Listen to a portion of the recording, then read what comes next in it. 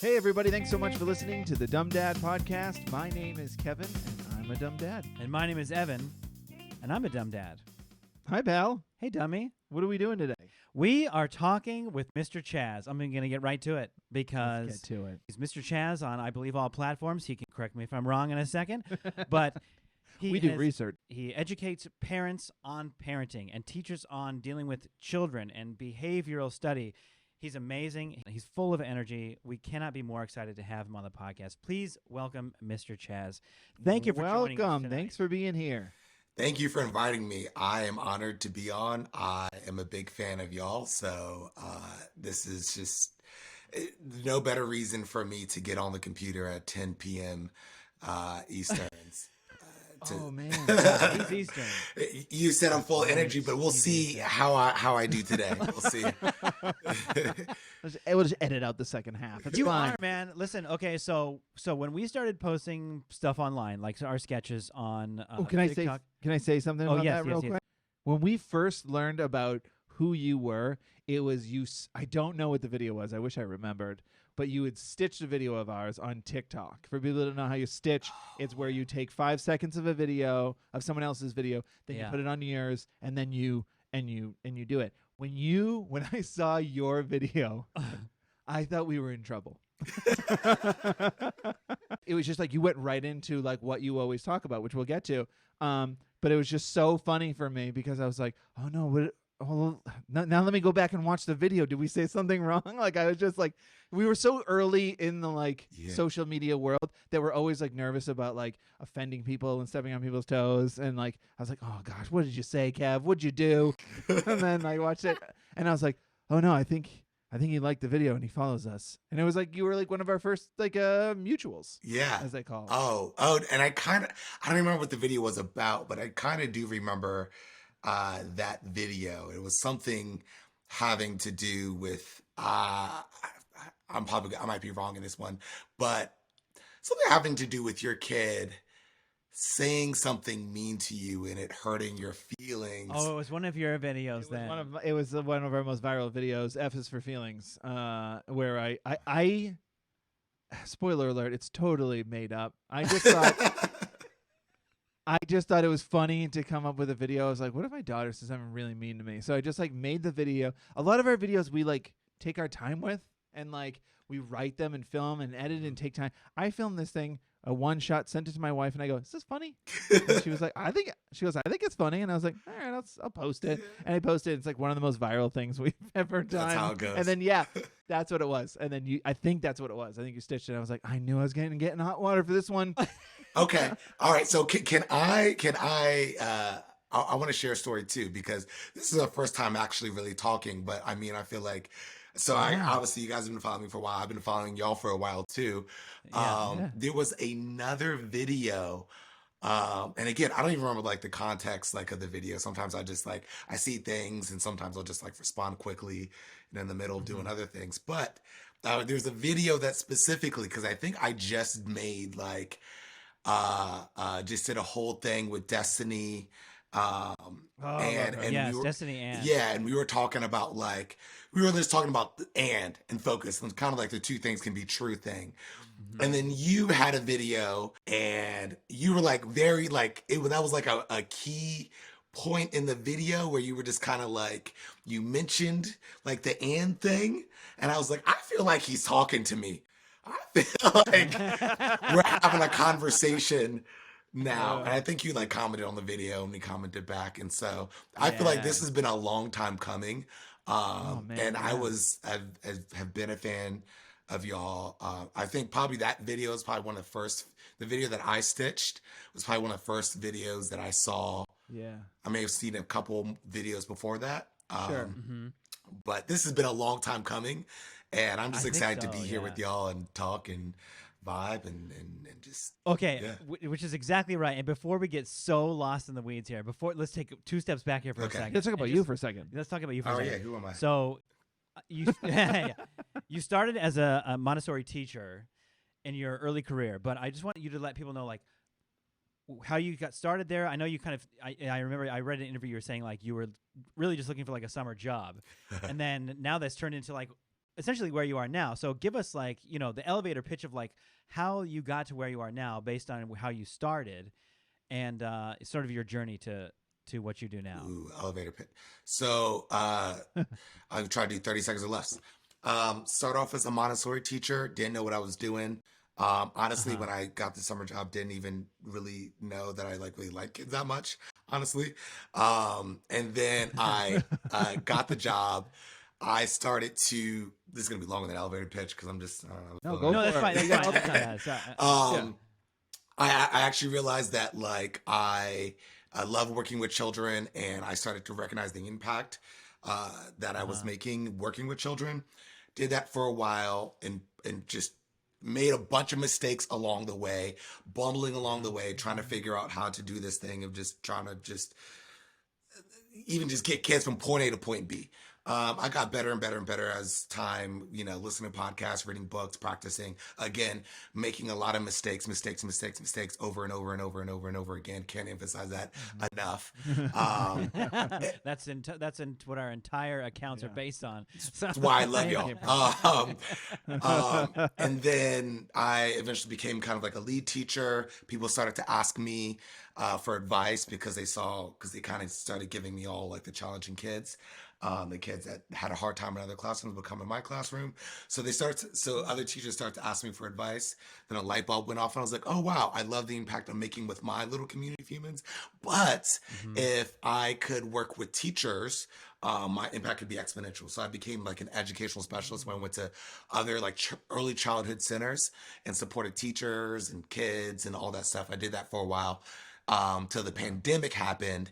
And then recognized that, parents were the ones who were really struggling, and the early childhood stuff, everything was just really just looking a lot different. A lot of kids went home, a lot of teachers went home. And so I just went online, really just TikTok at first, to just share all the lessons that I had learned along the way in hopes that people could maybe learn from my mistakes. They wouldn't have as hard of a time on their journey as I did on mine. Oh, man. That's amazing that it's funny and incredible that you didn't know that you liked, I know we laughed at it, but you didn't know you liked kids. And now you fell in love with that. Like, was there a moment or like a day or something that happened that you were like, uh-oh, I might be good at this, or I might like this? Part of the, I didn't really know I like kids. It's just I feel like kids, and for the most part, kids are kind of almost separated from society. Like, and you grow up, you don't really there's not really a lot of opportunities to be around kids.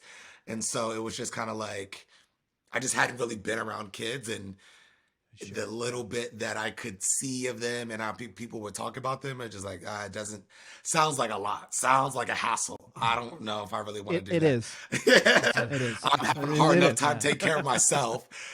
Growing up with ADHD, I don't know if I really want to do kids.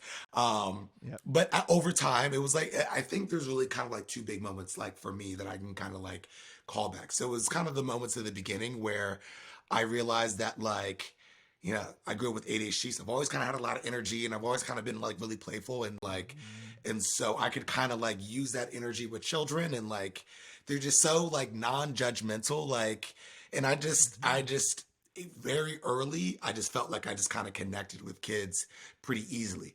I didn't really know how to handle kids or deal with their emotions or handle conflict or anything like that, but I just connecting with them and playing with them, being around them. There were days where I had hard days, and they just cheered me up, or they'd say something funny. I'm like, you know what, y'all not so bad. And then the other moment for me was kind of just as it kind of a little bit later in my career. I'm not a morning person, but I always had to wake up early to go to work, and I'd wake up and I'd be like, oh my goodness, I really don't want to go. I just want to lay in bed. Do I even want to do this? And then I started to really think about what I was going to be doing in that day, and kind of all those moments that I was going to be in charge of creating for those kids. And that literally just got me out of bed. And I was like, wow, I'm not a morning person, but this literally, I love what I do so much. It's literally getting me out of bed. Maybe there's something to it. And I'd been in school my whole life, and I hated school for the most part. I was miserable in it.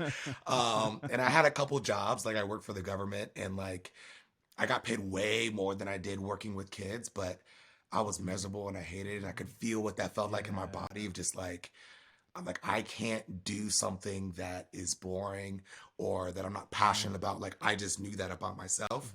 Um, and so, yeah, that's kind of why I decided to stick with doing I mean, That's amazing. that's part of it. Yeah. That's amazing. And it's funny. I feel like kids are the only ones who do it. Adults can't do it to you. Pets can't do it to you, where you're just like miserable, having a hard day. And sometimes it's, for lack of a better word, their fault. Like you're having a tough day with them or whatever. And then they do like one redeeming thing. And you're like, we're good, man. We're good. Yeah. Like, it's I'm all sorry about all my washed clean. attitude. Yeah. Everything I said. It's funny how that happens. We were just talking about that today. My son, he today literally had an attitude just all day, and it was just like being patient with him. He had preschool. We stayed at the playground after, and then he came home and then picked up. Had to go to school because I'm on the PTA, so I had to help my daughter or their class with some PTA stuff, and I brought him along. And then he just had a bad attitude. But I was like, "You get to have a popsicle. It was for a popsicle party." And he still had a bad attitude, and it was starting to stress me out because I'm like, being so patient with you, and I'm just doing my best here. And then he fell asleep on the couch when we got home. He doesn't nap anymore, and I was like, "Oh, buddy, you were tired. I'm sorry." Like it's just funny, those like little moments that just like, "Oh, it's not. You're good." Is it part of it were you just thankful that he was actually like still and sleep and out and just like, you know what? Because honestly, like it almost, I will say that it's almost like, because, I see kids nap all the time. It's almost, when they nap, it's like they're so peaceful. So It is almost hard to imagine that they can wake up and be like the chaotic energy that they are. It's just such a shift. I always say like the two, like in a preschool, I'd say like the most calmest moments are about the first 5 seconds of lunch, when everyone like starts eating, like okay, everyone is like, oh, like wow, it's calm, and then like the actual rare, I mean, kind of depending, but the moments where like everyone is sleeping and the children are sleeping, and it's just like, it's just such a contrast of what their energy is like during the day that I don't know. It just, I'm surprised. It's true, and we, we're both stay-at-home dads, and so like those moments really ring true when you're when you're at home with the kids, and like because otherwise you're or it's like that's like a 24/7 job, right? Yeah. Essentially, is parenting, but especially you're always on call. You're always on call, especially when you're like a stay-at-home parent. But yeah, you especially like our wives for now in the majority of the pandemic work from home as well. But we'd have those moments where we like look at each other like, I think we may get 5 minutes, we may get 60 minutes of quiet. That makes all the difference. Even if it's 5 minutes, you're like, I will take 5 minutes sometimes. Oh yeah. 60 minutes. So yeah, that's good. If you're, 60 minutes is great. Yeah, It definitely takes 60. I'll snap your hand out for 60 minutes. So one of the things you believe in, and you talk about a lot, is not being a perfectionist in terms of being a parent or coaching a kid, and being an improvementist, which is a brilliant thought. I mean, and I think that probably translates to life in many ways. But tell us what that means to you in terms of parenting. So, big question here. So, I mean, a lot of us really have a hard time like making mistakes. Honestly, one of the reasons why I say like I will like big you guys up all the time. Like I'm such a big fan of y'all is that y'all normalize mistakes so much. Like you're the Dumb Dad podcast. Like that, like you normalize mistakes so much, and I think that's something that most of us have a really hard time with. And it doesn't help that growing up, I know most people, when they made a mistake or they didn't meet, the parents' expectations or didn't comply or whatever it was, were met with a lot of harsh reaction, right? And so a lot of times we actually, always say that the way that we treat children is how they learn to treat themselves. And so, if we grew up and our parents were always kind of reacting harshly to our mistakes, what we have a tendency to do when we grow up, when we make a mistake, is to kind of beat ourselves up in that same way. talk to ourselves Yeah. in kind of in a negative way. And Is that echo? Does that behavior like echo the response? Is that what that is? Like are you sort of echoing the response maybe from your parent if they were like harsh on you, then you're harsh on yourself because of that? Because is that the reaction that it comes from like that? yeah, and we just learned that this is what happens when you make mistakes, right? When you make mistakes, you're supposed to be, force yourself in isolation. It was actually, this happened yesterday. And it was such a vivid like moment. And I'm like, wow, like it's rare that it's happened so clearly, but because like, this is my world when it does happen, I see it. I Yeah. was playing Uno with the child, and this child I think he's 8 years old. I was playing Uno with the child, and I was explaining an Uno rule, and I was just correcting him because he just learned to play Uno last week. And I was like, man, you're 8 and you don't know how to play Uno? Come sit down. I'll deal you in. Right. And so I was correcting him about a rule that he just had misunderstood. And when he like understood what I was saying, and it was just about like, oh, when you have one card, you say, something like that. He had this look of realization. He was like, oh, like you could see the light bulb. And I love those moments. Those one of those things that I just like cherish. It's just like when I'm able to explain something and they get it and you see in their face that they get it. But that moment was short. It was quickly interrupted by he slapped himself. And I said, like, why did you slap yourself? And he said, because discipline. And I was like, you don't have to hurt yourself to learn something new. And he kind of just looked at me for a moment and kind of like kind of thoughtfully, and we just continued playing. It wasn't something where I was going to make a whole big conversation, I know, and this is a child who talks about like getting spanked a lot. And so I know that that's something that happens, and it doesn't always happen that clear. A lot of times it's more subtle. Like when you mess up, oh, you're so dumb, you're so stupid. Like sometimes we talk to ourselves in that way. Isn't that what car rides are for? I mean, it comes a lot. And sometimes we're talking to other people. That road rage, I say, we talk a lot about how kids should, talk nicely to each other and use their nice words and whatever. But I'm with y'all on the road. Some people are so nice until you get in the car with them. Oh man, everyone has somewhere to be. It's amazing. But to go back to your original thing, I really want why that's so important to me, and that's really one of my big things too, of just like avoid being a perfectionist, being an improvementist. The goal isn't to be perfect every day. The goal is to improve a little every day. It's because this also shows up in parenting a lot of times, right? Like it's the like, oh, like if everyone's just trying to get it all right and do the right thing. And instead of just, just being and allowing yourself to make mistakes and recognizing that mistakes are an essential part of the learning process, right? Like parenting is so complex. Where do we get off in thinking that like we're just going to read a book or listen to a podcast and then just implement things perfectly, especially when it's not the way that we were raised. And a lot of times it's going completely counter to the way that a lot of us were raised. And even if it's not completely counter, it's still you're learning new skills. You're learning the different ways of how to communicate, how to self-regulate. This is really difficult stuff to do. And a lot of times people get into parenting, they want to be gentle, conscious, whatever parents, and they get into it. And then with that same, and like, okay, I'm going to break all these generational cycles. I'm going to break all these unhealthy patterns of behavior. And then they go into parenting with the same stuff, and they try to be perfect because, that is almost how they were kind of conditioned. Like you have to be perfect. It's not okay to make mistakes, right? Because when you make a mistake, maybe there's pain or isolation or, there's something negative on this other side, as opposed to, hey, I messed up. I made a mistake. Okay, now what can we do to repair?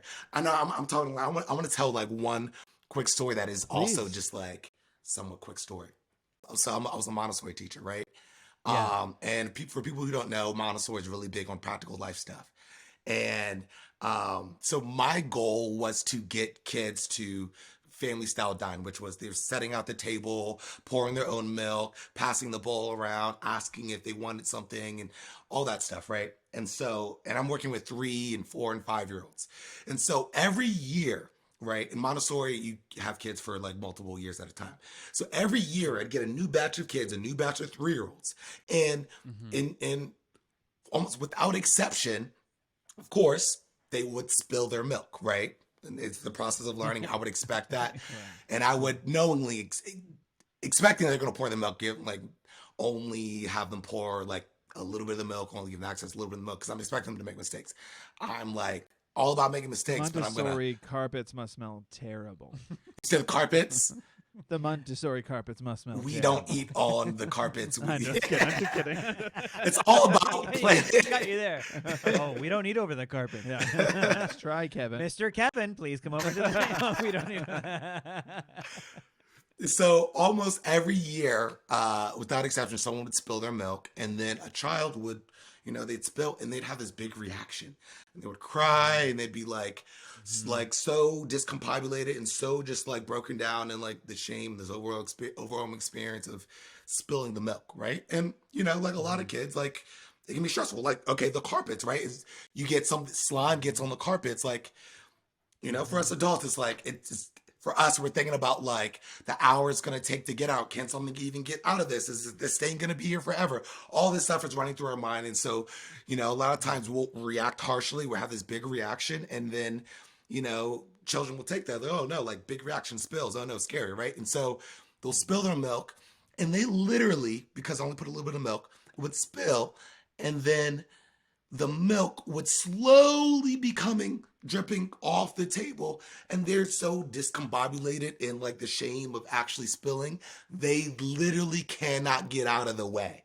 And so the milk ends up spilling on their pants. Then they got to go to the bathroom and they got to change their pants. By the time they get back, hope there's enough food, got to save food. Now you're sitting at the table. Hopefully there is table space, because we got to put cots out, because teachers got to get out on their breaks. And this is all the stuff that we're thinking too, try to not react. Yeah. But all this stuff is happening because they literally cannot get out of the way of their own mistakes. And so what I would do is, that would happen, and I would kind of expect for that to happen too. And I would just respond to them like, oh, oops. You made a mistake. Let's clean it up. Usually the first time I'm the one cleaning it up for them, right? Because they're still like upset and don't realize like it's not a big deal. Like it's okay to make mistakes here. They're still kind of learning that. And what would happen throughout the year is that, one, they would start to like not have a big reaction when they spill. They'd be like, oops, made a mistake. And they go get paper towels. But also all the other kids at that table in the classroom are looking at the way that I'm responding. And when they spill the milk, they're all like looking at me like what's going to happen? They're like, oh, yeah. I'm like, guys, chill. It's not a big deal. And then what would happen, not only would they stop overreacting to the spill, but also the other kids would come and help them clean up and repair what happened. And like, I think that's such a great metaphor for parenting, that like a lot of times parenting, teaching, and just life in general, a lot of times when we mess up, we make a mistake, we get so bogged down in the shame of making a mistake and not doing the right thing that we can't just continue on and repair, and it creates more work. It makes it harder on us and harder on the child. So and we I just can't think, get out of our own way. yeah, right. And so like, it's okay to spill the milk. Like, there's no one right way to do things. You're not going to break every generational cycle, every unhealthy pattern of behavior in your lifetime. You're not, meant to do that. Just do what you can and allow your children to pass the torch. They're going to take everything that you learned, all the work you're doing, they're going to build off of that. So like, it's okay to make the mistake. Be a dumb dad or a dumb mom. Yeah, I really do believe in that metaphor for life. Anything you learn or try to learn, or anything in your life, I mean, it's like if you all of a sudden feel as though you've solved it, then you're setting yourself up for failure. And a lot of times it's like I catch myself, I'm sure you do as well, Kevin, like when your kid spills something, but when it's the 40th day in a row or something, it builds up in you. Yeah. And it's hard to remember sometimes that they, as you said, they don't have the perspective of like could this stain the carpet? Could this, this is going to take an hour. I was supposed to, cost money. yeah, anything like that. They don't have any of that perspective. They just know they spilled something, and then basically your reaction is teaching them how to react to something. And so you got to kind of keep your chill like Mr. Chazz does, which is like you expected it, which is another thing too. You should expect those kinds of things so that, because here's the other thing too, like I want to teach my children that failure is okay, because that's really when you learn the most about yourself. 100%. And sometimes, and I think and that's part of what our deal is with the Dumb Dads is like, well, when you mess up with something and you not only admit it and then you talk about it, that's how you learn from it for next time, right? So, but showing that behavior is probably the best way to teach that behavior. 100%. Because telling your children something, or just telling anybody, it feels like when you tell somebody something, they're going to take it at face value depending on how it's brought to them or what the circumstances are or whatever. But as Mr. Chazz says, when you clean up the spill first, or, you show them how to do it first, or his reaction, then the kids are all looking at them because they've probably all spilled something in their homes, and they're looking at Mr. Chazz like, does Mr. Chazz react like my mom and dad reacts? Or when really he's like, it's a little bit of milk. We don't cry over spilled milk here. Yeah.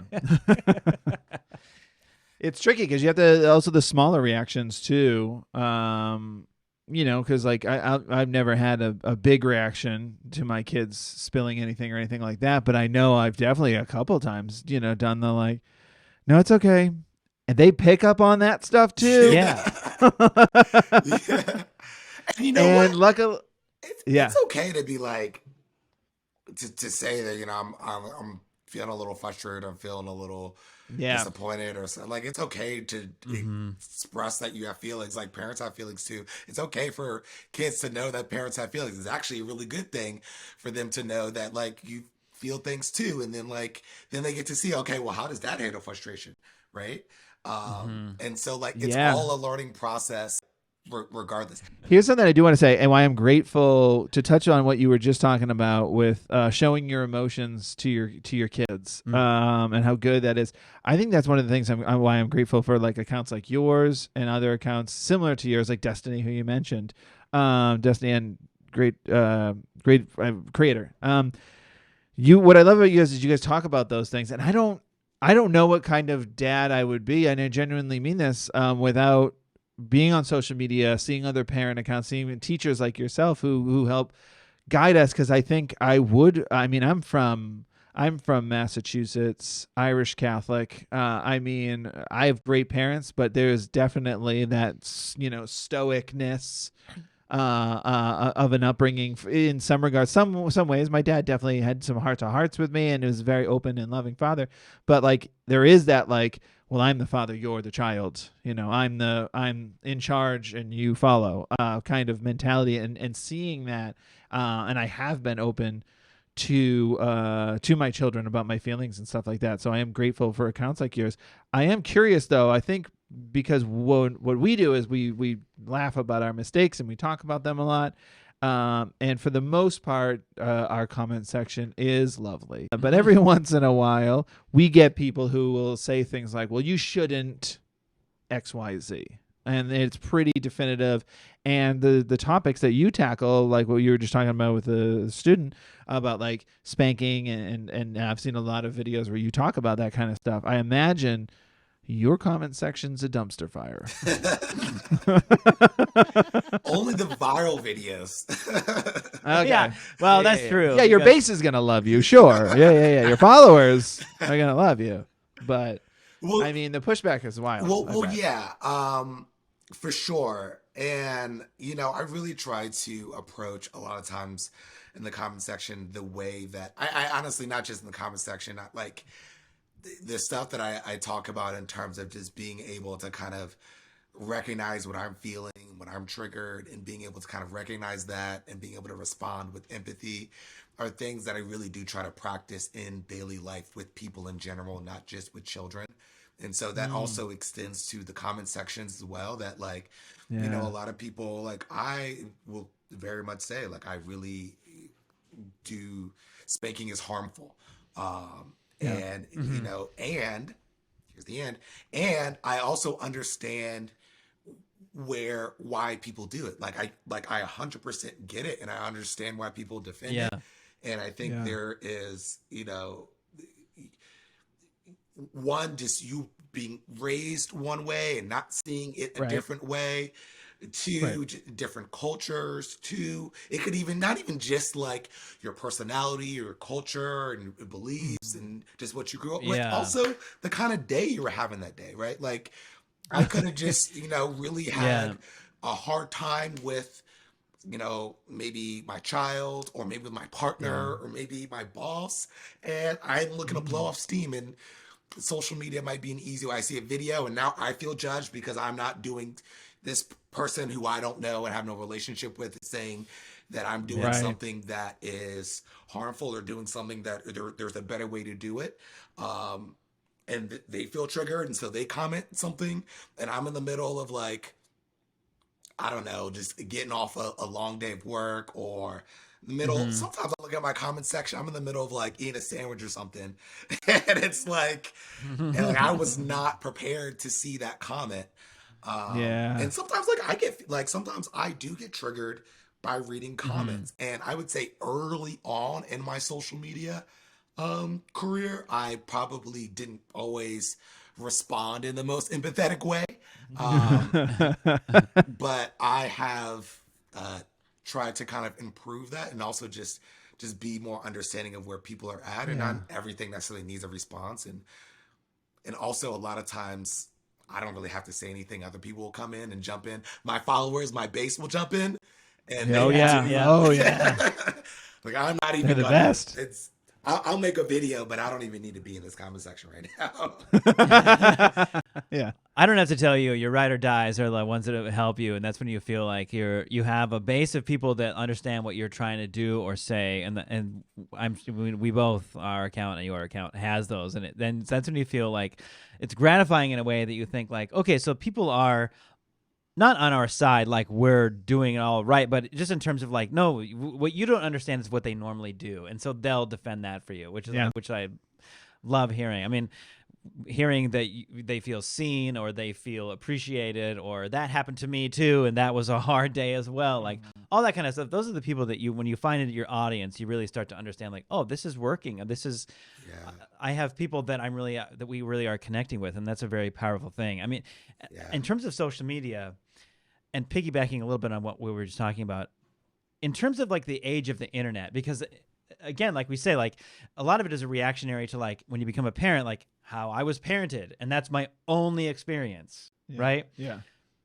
But even back to when I was a kid, that's not that long ago, really, but how parenting has always, for the most part, been your experience versus, and then maybe a few out your friends maybe. Yeah. But now we're in the age of the internet where you can follow accounts like Mr. Chazz, who clearly explains things that you're doing wrong on a daily basis when you're a dumb dad. But how do you feel like the age of social media now affects children, but also I think in a massive positive way in terms of failure as a way to learn, but also, man, there's a lot of things you can learn from social media that you can maybe apply or maybe not apply to your parenting style, and you cherry pick what works for your family. But I mean, I just feel like there's been a massive leap of information, and how do you tackle that, and how do you think that affects children today? To answer how it affects children, I think really to answer how it's affecting parents, and kind of going back to the comment section, I get some like of the comments of just like, you know, that's what's wrong with this generation nowadays. They're not hit Oh hard my enough, gosh. right? So I'll get those. But they're overwhelming majority of people who are like, oh, wow, this is so helpful. Thank you. And like, I mean, in stories, I get stories from, you've changed my relationship with my daughter. You know, you can, Man, that's it's amazing. changed, like life changing. Like I get comments and stories and all the time. I have a little story in my Instagram stories filled with like community, like it just called community impact. Or it's a highlight in my Instagram stories. Yeah. Yeah. And it's just like all just filled with all these stories of things of just people just sharing how the content or following me or it's just been so helpful so that other people can kind of see and like see that light at the end of the tunnel. Because I'm, if you're the only one in your community, like maybe you've decided to go on this journey and you really want to try, but you don't have a support system, that can be really disheartening because community is really important for us humans. And if everyone's telling you that like, you really be hitting that child, you should really be doing all these harsh things to this child, and you don't believe that, it can feel really lonely and isolating. And so not only do I have that community, but also in the comment section. And a lot of times a lot of times I'll post a video and people like, oh yeah, like I watched this video. Sometimes I'll repost the video and people will say like, I watched this video like 3 months ago and I've been applying it and this is how it's impacted me and this is how it's been helpful. Or this is how what you said this in the video and I've been doing this and this has been the impact of it. And so people can see like, to your point, like you can get all these different stories from other people, all these other like success stories. So you don't feel like, oh, I'm going to just try this thing and it's going to be an experiment. I'm going to be the first one to ever do it. Like, no, there's so many people who are already doing it and have already found success throughout the years. And, it's going to be hard in the beginning. No one is, I would never, ever like even allude to saying that like this isn't hard, like this is really difficult. I think I said earlier, like this is complex. Parenting is hard. It's hard. It's supposed to be hard. Well, it is hard, but there is so much power in moving away from like a fear and control based method to a connection and collaborative based method.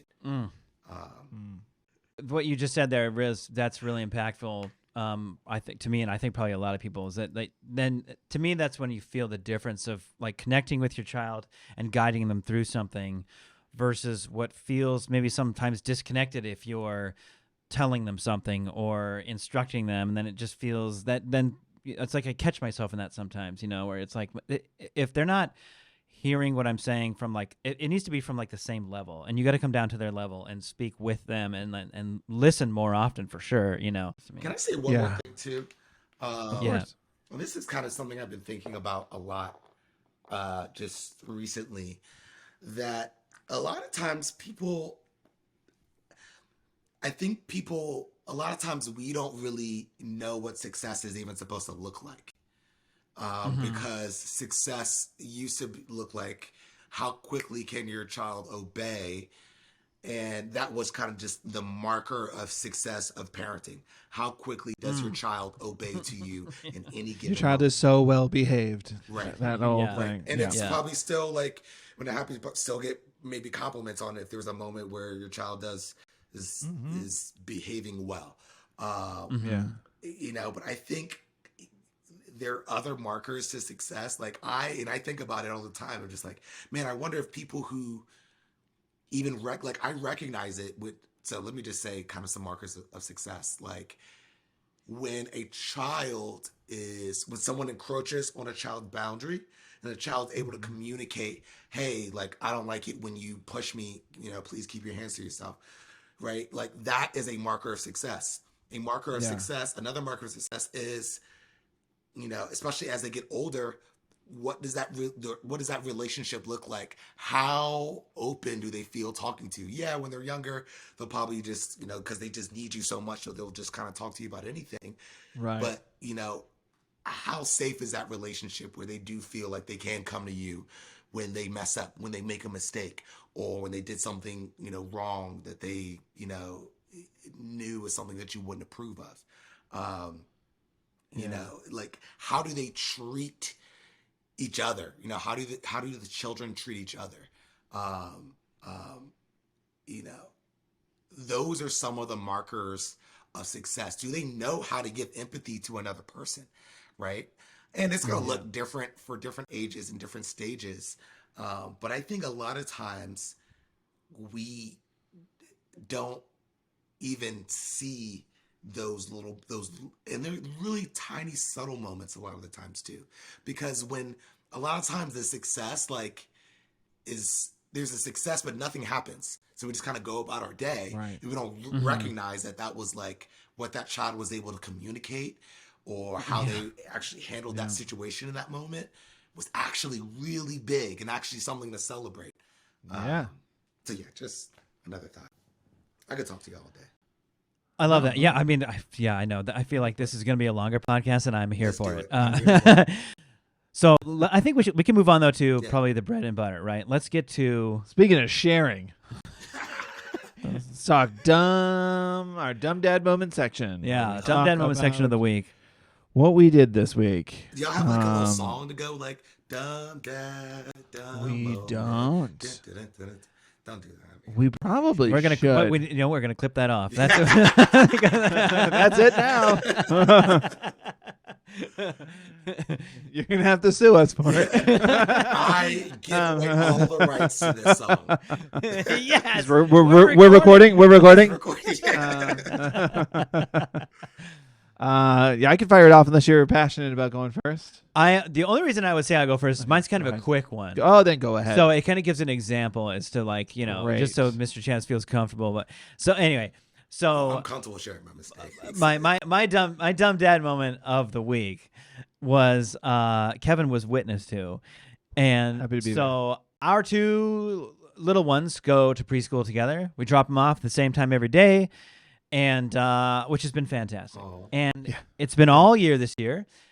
Which has been amazing. We have our little, it's a little classroom of 8 at the rec center. It's only from 9 to 12, which is not a lot of time. But when you had no free time, any time is a lot of time. As you were saying, as any time is a lot of time. Like you said, 5 minutes of quiet at lunch. Yeah. You'll take it. Same. You'll take it. So, and it's been this whole year. It's been 100 days of preschool or whatever it's been. And, any normal day, we headed off to preschool, and we got to preschool, and then I leaned over to the passenger seat to get my daughter's backpack, and in that moment realized that I didn't even bring her backpack, which has her lunch in it and her water bottle and some essential items for her going to preschool. Now we've done this so many times that my first thought is like, there it is. That's what I'm talking about on the podcast this week. Before then, I'm like, hey, honey, I don't have your backpack. So what we're going to do is I kind of talk her through the situation. We're going to go into preschool, and then I'm going to wave goodbye and sign you in, and then I'm going to go home, and I'll be back in about 15 minutes. And I'll have to bring your backpack and your lunch. So don't worry. I've already thought about how stupid I am and how I'm going to fix this. It was funny because Evan was so matter of fact. He just walked out with his daughter in tow, looked me straight in the eye, and just went, forgot her backpack, and then went in to sign his kid in. And when he was done, he came out. I went, so what's the plan? I will be turned intermittent fasting this today. Yeah. She'll find some bugs on the playground. That's right. So, that's generally the idea. We've had much bigger ones than that on the podcast, but that feels like kind of a semi-weekly event that we experience. Okay. Well, no one was hurt. And Pride was injured, I think, a little bit. Yeah, a little bit. Sometimes you do those things and think like, how did I even do that? I mean, it feels like it's a habit now. How did I break the habit in one moment? I've checked a few times at the stoplight, at the red light. I'm just like, oh, the kid is there. even with you. The kid's there. I just have the backpack. Don't have the kid. Well, so I imagine the process of getting out of the door might have something to do with it. And, yes. I'm sure it's not an easy straight from like kitchen to the car. Yeah. Smooth. I'm looking for any outs here. If you guys, Kevin, you have any? I mean, here's the thing. For me, at least, the preschool is very close to Evan's house. It's far from me. I have to leave at least 40 minutes early. to get there Yeah. because of morning commute and stuff. But my son's still at the age where I can just pick him up and put him in his seats. My daughter, who we walk to school, it's 5 houses up. It's on the right. There's the school. It's not so easy when they have their own. Like when they don't care to get. They don't want to get carried. Obviously, she's in first grade. That'd be weird if I did that every day. But like, that's a lot more like, come on. Like they are pretty flowers. You saw them yesterday. Okay, the bell's about to ring. And they'll be here tomorrow. They'll be here tomorrow. They'll be here when we walk home. That's the thing about kids. They're so present. So present. With like the moment right now. They don't care very much about the future or it's just this moment right there. That is so Yeah. perfect. You know, I think that we can learn from children to kind of be a little bit more present because it's like 100%. stop. She's literally telling you to stop and smell the roses. Yep. Yeah. and they can learn a little bit from us on how to plan. Manage time. Yeah. But it sounds like that's still difficult. Can I give you are you willing to take some unsolicited advice on how to not forget the backpack? Yes. Yes, I want to. I'll be here. I'll be here. Okay. Go ahead. Kevin's probably more here for it than I am, but I am. Should I be taking notes? Please. And it's what I would recommend as a support for a child we're teaching them to, remember their stuff. So visuals can be really, really powerful for children, but also for us adults too.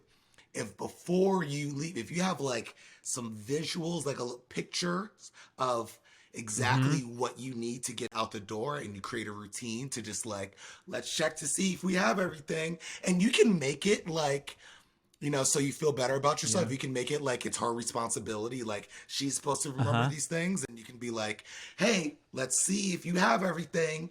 And you can be like, let's check. Do we have our car keys? Check. Do we have our water bottle? Check. Do we have our backpack? Check. And it could be a fun little routine that they might enjoy doing. And then maybe as she gets older, you can actually give the responsibility to them.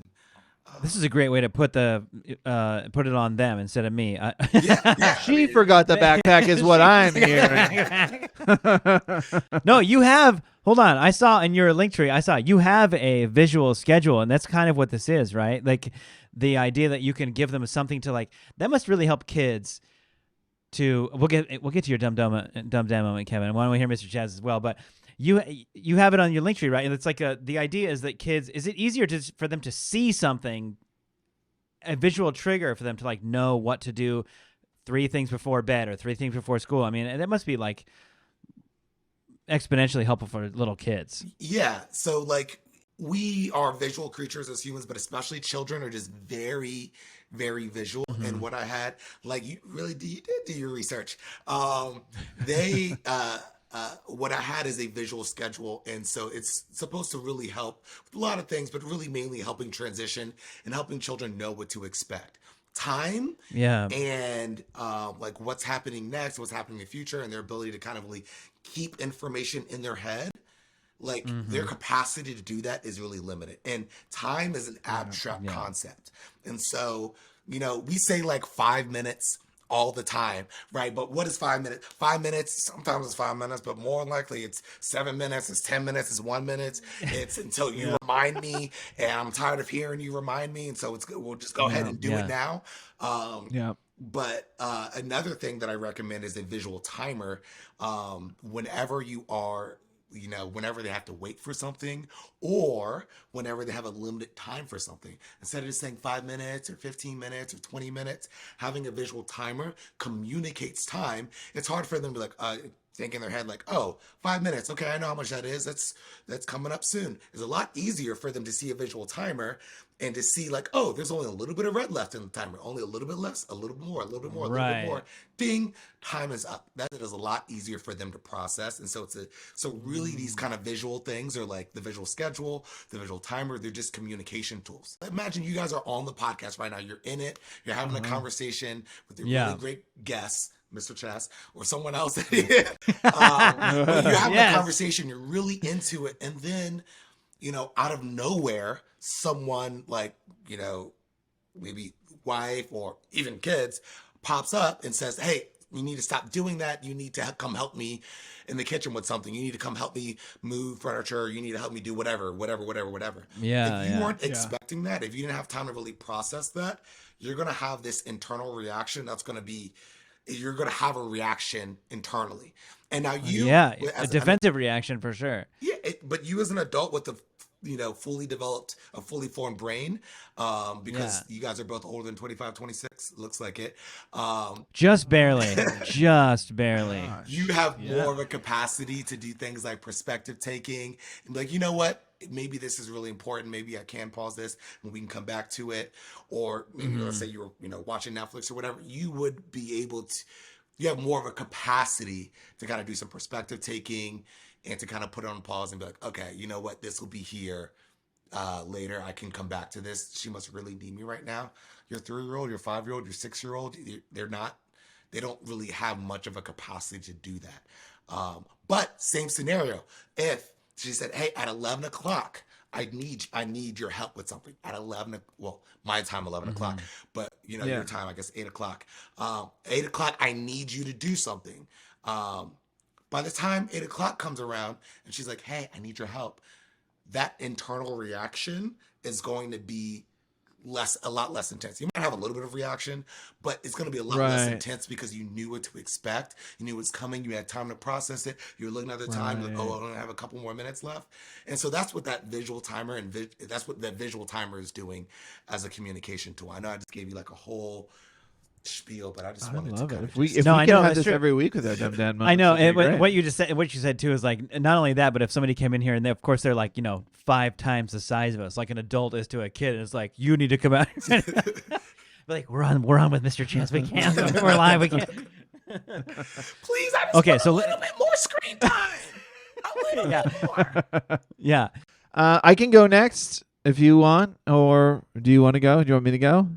Dumb dad moment, Mr. Chazz? Okay, I will. Actually, I'll go last because I feel like. I feel like this is perfect. I feel like he's got a good one. I'm gonna piggy. It's funny because I'm gonna piggyback off of what you were just talking about with the time management, because that is my dumb dad moment, which was today. So my son's turning 4 on Sunday. This Sunday, we're gonna have a 4-year-old birthday party. We're really excited. But today was his last day of school for the week. He always finishes on Thursday. They don't have school on Friday at this preschool, and then off all the next week. Anyway, so we're gonna celebrate his birthday at school with his friends. It's a small class. There's only 8 kids total, including him. There's only 7 other kids gonna be there. Yeah, it's real great. And so for that we brought we just bought some cupcakes, and then we even bought like little to-go bags and had them separate. So I gave them to the teacher this morning in like a shopping bag, and I was like, "Hey, this is for the birthday party, or not birthday party. It's his birthday on Sunday. If you have time and if you want to, hand these out. And if you don't want to and you don't have time, there's also little goodie bags. You can just toss them in. The kids can take them home, or just something to do." She's like, "We'll absolutely do it. So if you want to come back early." Which they do for like holidays. They're like, usually we pick up right at 12. The doors are, it's a preschool at Parks and Rec. The doors are shut and locked. Metal doors, like can't see anything. And at 12, they unlock and open. She's like, if you want to come early at like 11:45, 11:40, knock on the door. I'll let you in. You can take some video while we all celebrate his birthday. And I was like, oh, great. That's perfect. Mm-hmm. So then I get home. So my wife and I have been on a tear of like, it just happened this last weekend. We just got that bug in us of just like, well, let me prepare. Like, let me fix all the cracks in the wall. Well, if you're fixing the cracks in the wall, we should paint the wall, shouldn't we? We should paint the wall. That's a great idea. Well, after we paint the wall's going to be bare. We should go to IKEA. Let's go to IKEA. So like, we did all that this past weekend, and it was just a lot. We just did so much. For a 4-year-old's birthday, it was like, that's the other reason. Hopefully he'll remember it. So we're Maybe having not. a birthday party, and like it's mostly like my parents who've seen my house in tatters, and my brother and sister-in-law have seen the house in tatters, and like, yeah, we're gonna have some of the kids over from his preschool and their parents, but we're like, well, company is always an excuse to clean your house, so it's a nice thing to have. So, but anyway, we went to IKEA. We bought a bunch of stuff this past weekend. I painted the walls. Now I'm like, I come home from preschool drop off and now I'm putting stuff together. And I was like, I probably get this thing done before I have to do pickup, and I do. And I do this thing before I have to do pickup, and I do. And then I can do one last thing before pickup, and I do. I finish it before pickup, and I look at the clock and it's 11:45. I'm not late to pickup. I'm late to being there early for my son's birthday thing because I wanted to do something for them. Like I was decorating their room, like their closet. I put up all these they call them fairy lights, but they're just like little LEDs. I strung them up on the side, and they're really fun. And I was like, they're gonna be so pumped. I'm missing his birthday. That's so funny that you tell that story now, because I got there about 8 minutes early. Yeah. And usually when they're out, it's like when the door opens. But when I walked up, the door was cracked open. Yeah. She was waiting. Oh, that's odd. For you. So I could hear them. Yeah. I could hear them finishing up something, which must have been cupcakes. And then they were like, all right, let's review. And then I heard her going, let's review. And they all counted to 12. And they talked about the letter T and what the T stands for. Yeah. Tardy. And Tardy. Yes. So I got there on time for the normal pickup. And it was just such a kick in the teeth because, I picked him up and I walked in and I was like, I'm so sorry I couldn't be here for the early part. And she was like, it's okay. She's like, we gave him a candle. All the kids sang him happy birthday. And then he blew out his candle and he had a cupcake. And I was like, sounds like a really magical moment. Yeah, a really magical moment. You might like to have had that on your phone. Like I would have really liked to see that. And then, of course, my son, how was it? And he was like, I got to eat a cupcake with a candle. And everybody, a whole class sang for me. Even the teacher sang for me. I was like, okay, that sounds like a really nice day. I'm glad you had so much fun. I had a great time. The only way it could have been better if you were there. That's the only thing, Dad. I'll just say that. I was so bummed. I was so bummed. Yeah. And I missed it trying to do something that could have waited. That was the worst part. And let me just dumb on the dumb. Let me dumb up the works a little bit more. Is the last thing that I was going to do before I walked out the door was put up this easel that hangs on the wall. Mm-hmm. So I drilled into the wall, put the drywall anchors in, and then put the screws in, and I measured everything, leveled it. It was all good. I put all that stuff in, and then I went to hang it, and I was like, why isn't it? Oh, because these screws are way too big. I didn't check to see if these are the right screws because I was in such a hurry to finish this project that I'm as I'm actively missing them singing happy birthday. I was like, so I had to actually finish it when I got back, which I should have just waited. You should have just waited.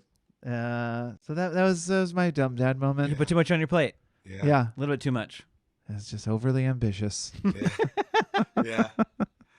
If you would have stopped and smelled the roses a little bit, you would have lived in the moment. If I was a little more present, I think is what we were talking about earlier. Gotta learn from your kids. Yeah. Hindsight is 2020 every day, all day. I will be doing nothing on Sunday but staring at him all day, being present.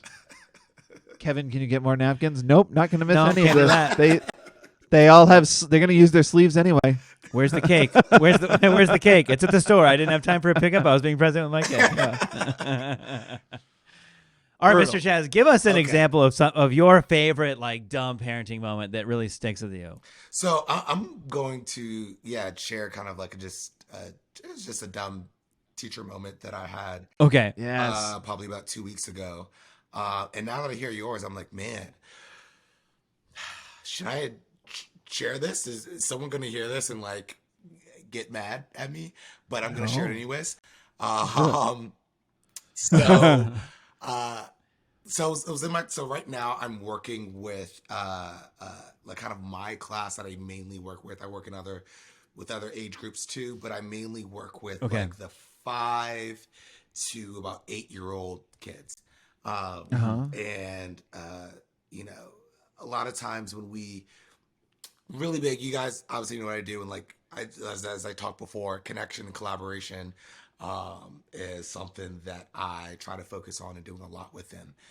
And especially on days when there's just a lot of the emotional climate is just negative. A lot of times the kids will get off the bus and they've all had 15 different kinds of days. Some are really excited and just bounce off the wall. Some are just sad that, their friend got to go on a field trip and they didn't get to go. And so now Right. some are angry because someone was making fun. So there are all these different kind of emotions that are happening, and they're all kind of coming to me. And my goal, like, I'm trying to like regulate the class, trying to like get the emotional climate to like positive, so that they, stop beating each other up and things like that.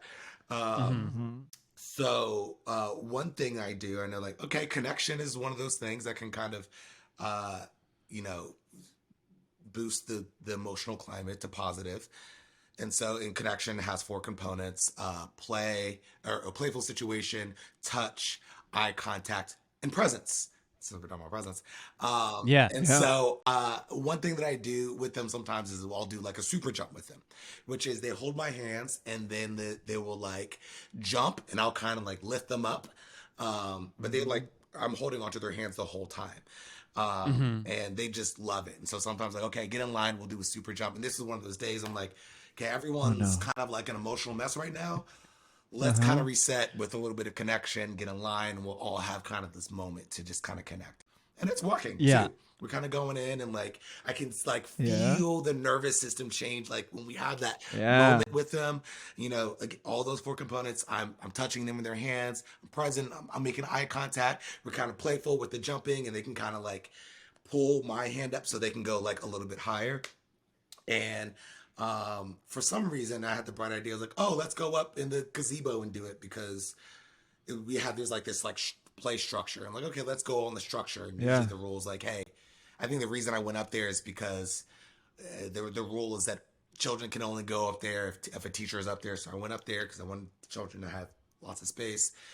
Yeah. All the best intentions, right? And so going in line, and we're kind of jumping up, we're doing our thing, and and there's this one child who is, I wasn't really thinking about this at the moment, but she's like a little bit of a gymnast. Like she does like gymnastics, and she's 7 years old.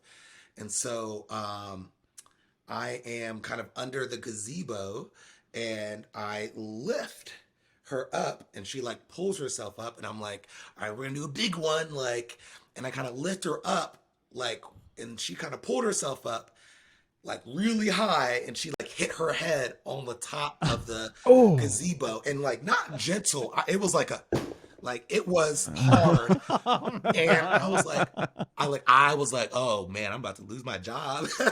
So I was like, I immediately went to like repair. I'm like, oh, I'm like so sorry. Like I did not like realize it was. I was thinking this wasn't a good idea. Like, I'm sorry I hurt you. Like, I gave her a hug and like in connection, and just really kind of went to repairing, right? Instead of the woe is me over the spill, but like really went to repairing with her. And it took a little bit of time, and then she was like, You didn't do the shh, you're okay. You're okay. You're okay. Looking around. You're all right. You're all right. I was like, that probably hurt. I'm here for you. I got you. Yeah. I'm here. I felt that in my skull. Yeah. But you know what? This kind of comes full circle in our conversation before. This actually turned out to kind of be somewhat of a positive thing. I know it doesn't sound like it. Hold on. Bear with me. Because there was something else happening that was like completely unrelated, and kind of all the kids saw that, and and so like I think one child pushed another child. They were playing a game, kids playing, and someone does something they don't like, and so they were hurt. Sure, yeah. And they were using the words like, I taught them to use, and I was, they were saying like, I don't like it when you push me, and the child kind of went into defensive mode of just like, well, I didn't even push you that hard, and like, stop whining about it. And I took the child somewhat took the child aside, but I was like, hey, like when you make a mistake, like you hurt her, she's telling you that she doesn't like that, you don't have to defend yourself. Just like apologize and listen to her. Just listen to what she's trying to say. You don't have to just defend yourself.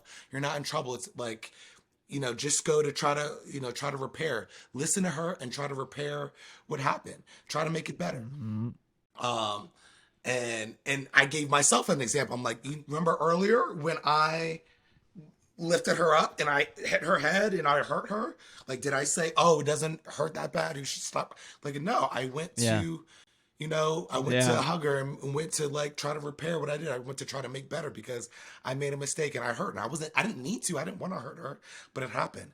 And then, the child kind of was like, okay, yeah, I get what you're saying. You did do that. I did see that. And then they listen. And then I thought the child was going to say like, don't, keep your hands to yourself, because that's what I would say as an adult. But the child was like, like, push me more gently. Okay. Like, I still like the game, but yeah, I like the game, but like, can just be gentle, which is cool. And then they like went and like, and she was asked, so I was like, okay, like show him how you want to be pushed. And like she showed him, and then she pushed, and then he did it, and then they were fine. And they went back to playing the game. They were pushing each other, and there was no other issue. But just kind of bring a full circle of just like, even when we make the mistakes and we actually like cause harm like I did, still can be really powerful moments for modeling how to handle it when you make a mistake. I mean, it really is. You're practicing what you preach there by showing the students, like, you just saw me do this. And so, I mean, that's another good, that's another good lesson in parenting and teaching parents to be parents, teaching teachers, like, practice what you preach is a big deal. I mean, again, like showing the behavior instead of doing as I say, not as I do, which, again, I think probably a lot of us experienced somewhat as children. And, I think that's a lot of what parenting feels to me, which is I was shown a couple examples as a kid, and you see a couple of, and then you just like, when you go to a friend's house when you're a kid and you see like how their parents treat their kids or whatever, and you think like, oh, this house is different than mine, even if it's not a negative thing sometimes, but sometimes you're just like, oh, this is interesting that this house runs a different way. Yeah. And so a lot of that is now, which I'll go back to this, which I appreciate so much about accounts like Mr. Chazz, how we find him, because we're putting parenting adjacent content out there. We're putting the failures out there, and we're making light of it. But we're the beginning of the infomercial that's in all black and white. That's exactly what our account is. Your account is then, like the ShamWow or the and for 3 easy installments of $19.99, Mr. Chazz will tell you. But yours works. It's not a ShamWow. It's not what though? Like there's a reason why that black and white part of the infomercial is always there, right? Because people need something to relate. Because that's where we're at, right? Like I'm there, right? And so without that, then the commercial just feels kind of like, well, I could never do that. I'm never gonna try. Like it doesn't really feel like attainable. Like why would I even buy or subscribe to whatever you're talking about? Yeah, that's me dropping the stuffed turkey in the sink because it's so slippery. I need those gloves. The best one of all time, look it up, is the guy who, I don't know what the product is for, but it's the guy who's going to wash his car and he's holding so many things, and it's the worst pratfall you've ever seen. Nobody tripped up. Like he didn't trip. He just decided to fall. It's worth a look up. Like give info or whatever. They're all good. Guy washing car. But check that out. But speaking of that, can you tell everybody where they can find you? What's your social handles and podcasts? Yeah. Plug it. So I never actually finished the earlier story of kind of how I got to where I was. I just really stopped at the TikTok. Please. Okay, well, finish that really quick. We have to hear that. No, and but then we'll go into it's weaved. I'm weaving it in. Oh, perfect. Okay, good. So I started making content on TikTok, and then I kind of I was like, well, I'm making content on TikTok. People started messaging me and they were like, my friend, whoever, they don't have like TikTok, so can you put it on Instagram? And I'm like, okay, I guess I can do that. And then I just kind of really lazily just started posting things on it. Like I wouldn't even caption it. I'm like, I'm just going to take the video. I'm not going to take and just post it on Instagram. And that started to grow. And I started to do it on Facebook, and that started to grow. So I'm on Instagram and Facebook. But there was a part, there's my whole kind of thought process coming into it was like, if I can make relatively short videos that are easy to consume, but you feel like you've learned something at the end, like your perspective has grown a little bit, or you have a tool that you can just go off and just readily apply. If I can just put like content out, like I can make a pretty big impact and help a lot of people. And so that's what a lot of my content is. But the challenge was, there's always going to be some nuance that is going to be left out in a short 1 minute video. And so that's why I started doing the podcast. Where they're like, where we're diving real deep into the nuance of different topics. The other thing I talked about earlier is a lot of times people go on this journey and they don't really have a community. They don't have a lot of people around them. And I know on my journey, when I didn't know what I was doing, what was really important for me was for me to kind of build like my own little community of people to learn from, kind of from different perspectives and, different people kind of, trying to kind of push for the same thing. And so in every episode of my podcast, I introduce a different resource. So that way you can kind of listen to my podcast, and if there's someone who resonates with you, then you can like, oh, wow, this person, they get me. I really like this person, or this person's really talented at this. I need help at this. That's cool. You can go and follow them. Most of the people I interview are on social media. You can go and follow them on social media, and they can be a part of your little community of people that you are creating, of teachers that you're creating, so that will help you on your journey. And that's called Mr. Chazz's Leadership, Parenting, and Teaching Podcast. I also do one-on-one coaching, because even with the 1 hour stuff is great, but everyone's different. Every family's different. So being able to individualize things is always best. And I'm just really here to just try to help as many people and as deeply as possible. You're certainly doing that, man. You have and exponentially. And Kevin and I, like we said, we started posting our stuff, and it's the same thing. You get responses from people that are like, "I feel seen. I thank you for normalizing what a crazy day feels like," or something, and you start to feel validated in some of the content you're just putting out there. And we've talked about you for so long. Like, man, Mr. Chazz, like, dude has so much wonderful energy in his posts that it really resonates behind what you're talking about and the information you're putting out there. And I can only imagine what that must. I mean, credit to you. It really feels like, you're looking for a summer job, and then you think like, wow, this is really impactful. I bet I can impact children. This is great. I bet I can impact people like parents. And then now, what it must feel like for you to have, to be able to have this big of a reach to people that are looking for some sort of guidance, in this crazy world of parenting is cool. I mean, I wish we had probably that forethought that you really, it feels like you are, what I'm hearing is that a sign comes up and you read it and you think like, yeah, that's a great way. I'm going to go that way. I mean, like, that's so credit to you for doing that. You're such a blessing to the internet and to parents out there that it feels like parenting feels insane all the time. It's wild. We're really grateful we came across your account, and man, this was great. This was great to talk. So you're at Mr. Chazz on. Yes, I don't know if I even everything. Yes. Mr. Chazz on everything. Easy. Yes, I'm the one with the megaphone trying to. Yes. A lot of message. yes, and they're all good. It's an incredible message. Yeah. So, I appreciate that. Man, give them a follow. Thank you so much for being here with us. We were so pumped. We honestly thought we should get more guests. We should start talking to people. Open up the forum that we've established here to all kinds of dads parenting stuff. And like, you were like on the short list of people we really wanted to talk to. So. Awesome. Thank you so much for being here. Now that we've said all those nice things, do you have a really bad dad joke? 'Cause that's how we like to finish out the podcast.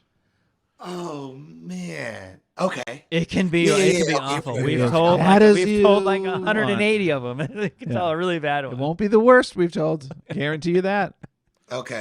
So you drop a female ant in a bucket of water and a male ant in a bucket of water.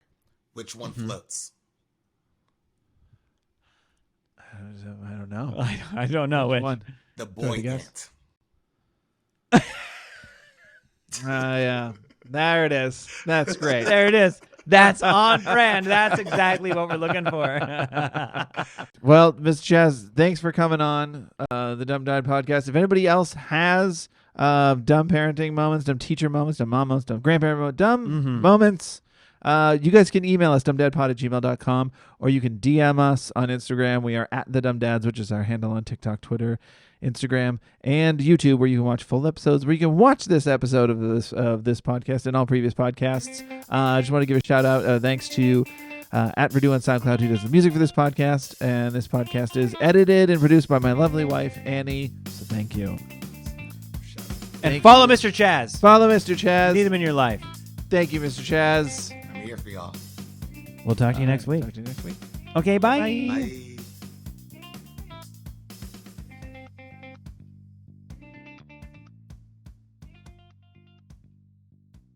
Welcome to the world, little one. Welcome to life. How do I stop this?